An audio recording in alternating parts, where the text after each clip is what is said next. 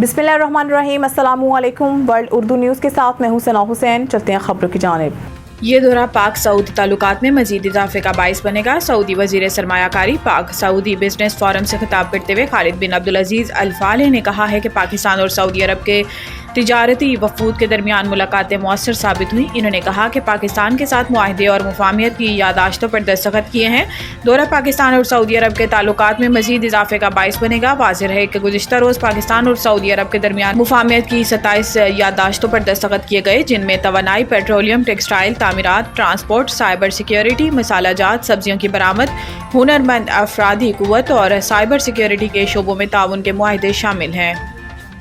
हुकूमत को आईनी तरमीम की जल्दी है, वो आने वाले चीफ जस्टिस का रास्ता रोकना चाहते हैं। मुस्तफ़ा नवाज मुमकिन आईनी तरमीम का ड्राफ्ट पब्लिक करने के लिए इस्लामाबाद हाई कोर्ट में दरखास्त दायर पर समाअत के बाद मीडिया से बातचीत करते हुए साबिक सेनेटर मुस्तफ़ा नवाज खोखर ने कहा कि हम ये नहीं कह रहे कि पार्लियामेंट को कानून साजी या आइन साजी के हक से रोका जाए, बल्कि ये चाहते हैं कि गवर्नमेंट को आईनी तरमीम का ड्राफ्ट पब्लिक करने की डायरेक्शन दी जाए ताकि इस पर आवाम की भी राय ली जा सके। इन्होंने कहा कि चीफ जस्टिस आमिर फारूक का शुक्रगुजार हूँ कि इन्होंने ऑफिस से एतराज़ात दूर करके पिटीशन को एडमिट कर लिया, जिस पर कल समाअत होगी। हम पिटीशन में पार्लियामेंट के बारे में कोई डायरेक्शन नहीं मांग रहे। मुस्तफ़ा नवाज खोखर ने कहा कि इनकी जानिब से दायर की गई पिटीशन में आवाम के साथ मुशावरत के लिए 8 हफ्तों का वक्त देने का कहा गया है।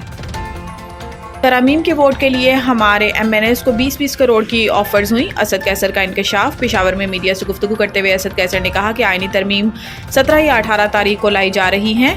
फाशिस्ट हुकूमत बताए जोर ज़बरदस्ती से कौन सी कानून साजी होती है। इन्होंने इंकशाफ किया है कि हमारे अराकीन असम्बली पर दबाव डाला जा रहा है और 20-20 करोड़ रुपए की पेशकश की गई, मगर हमारा कोई MNA नहीं टूटेगा। साबिक स्पीकर का कहना था कि हम इनको अदलिया पर हमला नहीं करने देंगे। इस हवाले से तमाम बार एसोसिएशंस को एतमाद में लेना चाहते हैं।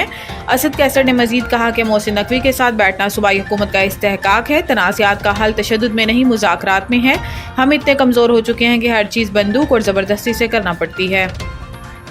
इंट्रा पार्टी इलेक्शन फैसले के खिलाफ नजरसानी दरखास्त। चीफ जस्टिस PTI के इल्तवा मांगने पर नाराज, ताखीरी हुर्बा करार दे दिया। सुप्रीम कोर्ट में चीफ जस्टिस पाकिस्तान की सरबराही में 3 रुकनी बेंच ने आज तहरीक इंसाफ इंट्रा पार्टी इंतखाबात के फैसले के खिलाफ दायर नजरसानी दरखास्त पर समाअत की, जिसमें PTI वकील हामिद खान ने गुज़िश्ता रोज़ फैमिली मसरूफियत के बाइस इल्तवा की दरखास्त दायर कर रखी थी।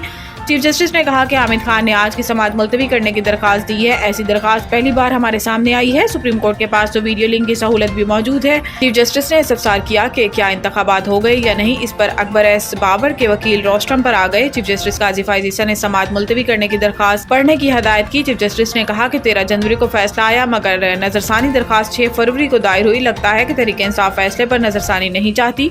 क्या PTI के इंट्रा पार्टी इलेक्शन होंगे? बाद अदालत ने इंट्रा पार्टी इंतखाबात फैसले के खिलाफ दायर दरखास्त की समाअत 21 अक्टूबर तक मुलतवी कर दी। मज़ीद न्यूज़ और अपडेट के लिए देखते रहिए वर्ल्ड उर्दू न्यूज़।